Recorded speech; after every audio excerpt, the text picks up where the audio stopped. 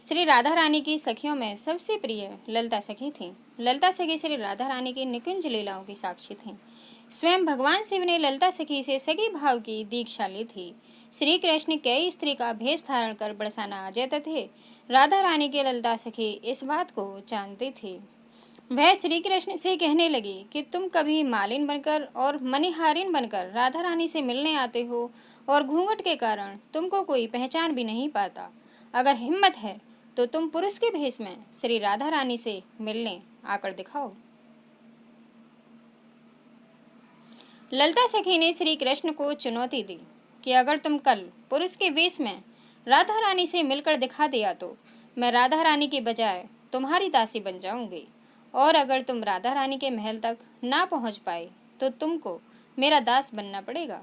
श्री कृष्ण ने ललिता सखी की चुनौती स्वीकार कर ली।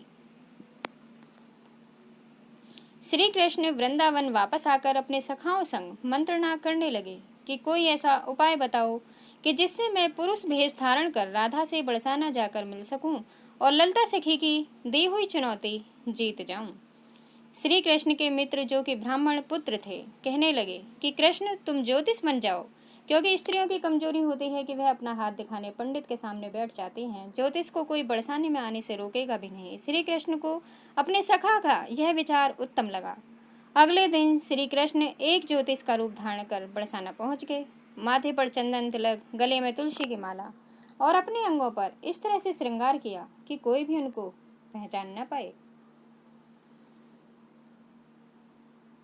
श्री कृष्ण बरसाना पहुंचे और वहां की औरतों का बिना उनका हाथ देखे उनका नाम और परिवार के बारे में सब कुछ बताने लगे।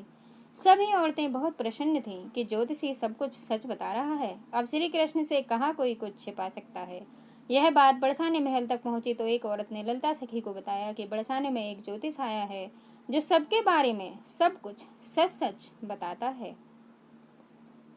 ललिता सखी भी अपना हाथ दिखाने श्री कृष्ण के पास पहुंची तो श्री कृष्ण ने उसका नाम, गांव का नाम सब कुछ बताया। तो ललिता सखी कहने लगी कि यह सब तो तुम गांव में किसी से भी पूछकर बता सकते हो। बताना ही है तो ऐसा बताओ कि इस समय मेरे दिमाग में क्या चल रहा है।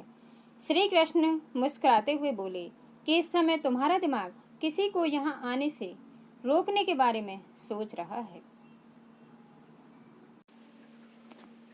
दोस्तों, आपको हमारी स्टोरी अगर पसंद आई हो तो कमेंट सेक्शन में ज़रूर बताइएगा। ललिता सखी ने पूरे महल में सख्त पहरा लगवाया था कि किसी भी सूरत में श्री कृष्ण महल तक ना पहुंच पाएं।